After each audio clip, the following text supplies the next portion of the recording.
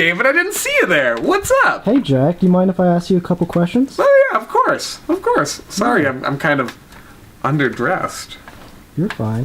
What has been one of the biggest challenges you faced this year?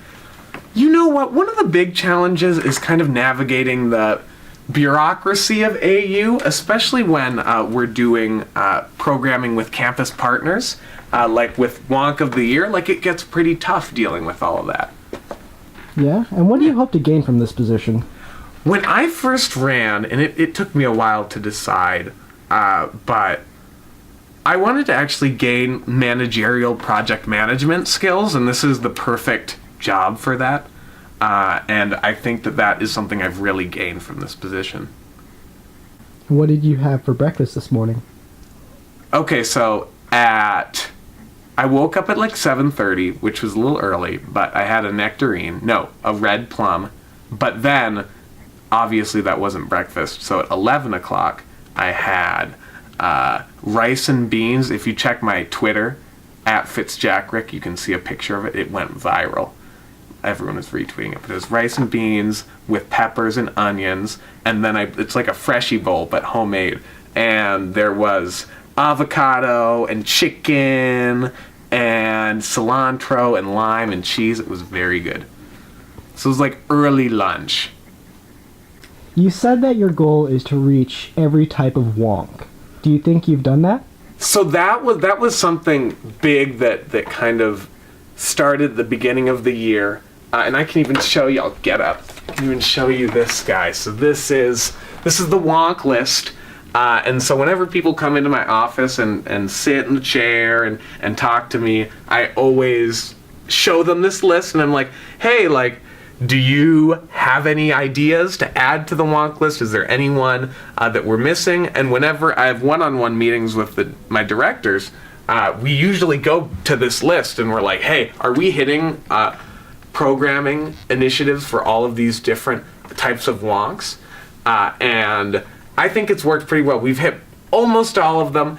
We're still waiting on a few. We'll see if that happens. But I think that we've had just a wonderfully diverse programming set this year, and we've reached out to a lot of students a lot of which aren't usually reached out through our programming efforts. So that's been something that we've been really proud of here.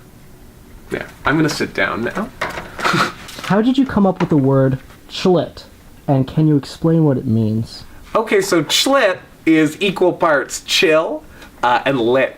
And it's really, I really don't know when it started, but it's been a very important part of my college experience.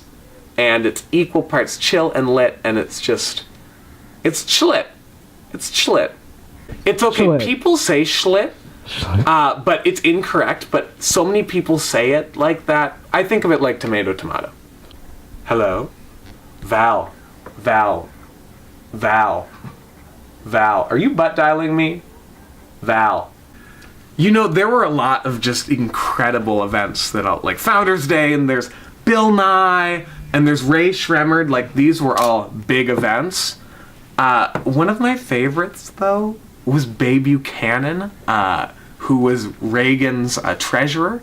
And that was just one of the best events I've been to, because it was like she was speaking just to me.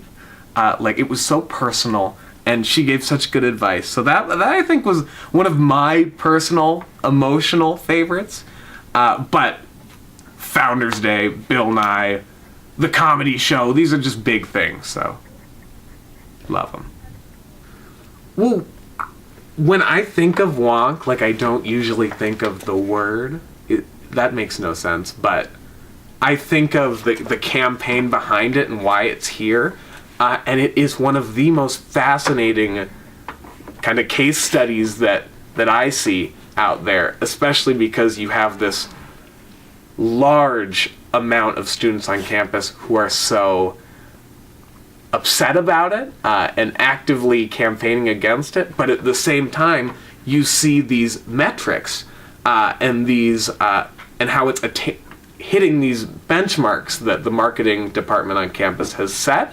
And it's interesting to see that juxtaposition.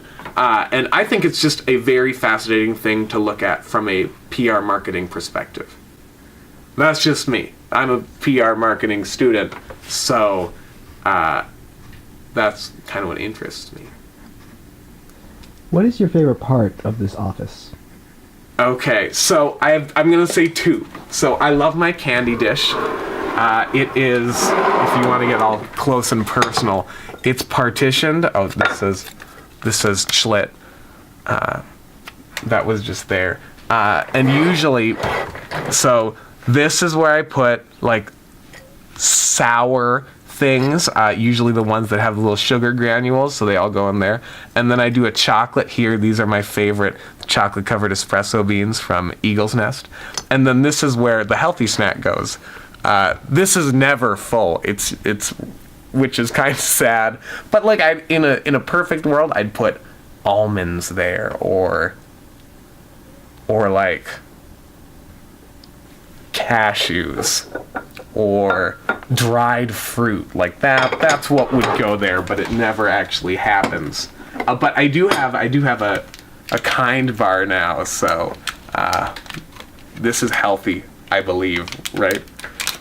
I don't really know a whole lot about it though, but they're pretty tasty. You and Sid threw the largest Founders Day ever and managed to keep food coming all night. Do you think this will set the bar for future Founders Days? 100%. I think, number one, that the size. There are few other places in the city that you can have equal parts size like that and engagement through the exhibits and the art. And I just think it really is going to be a tough one to top. And also, with the food, we put such a priority on the food because we recognize that when the food runs out, people aren't happy. And so we made budgetary changes and shifts and did different things to make sure that could happen. So it definitely sets the bar. I'm excited to see what happens next. Oh, and the second one. Sorry, that was a really long answer. I like my funny wall. These are all things I see on the internet, and then I print them out because I think they're so fun, and they really help me with my days. One of my favorites is Wednesday already. Good thing time doesn't actually exist. That one gets me. Yeah. So, and then the first one was the Drake Nemo. Got anemones. Got a lot of anemones. Liked that one. That was the first. That kind of started the trend moving forward. Yeah, that's my favorite part of the office. Those are my two things.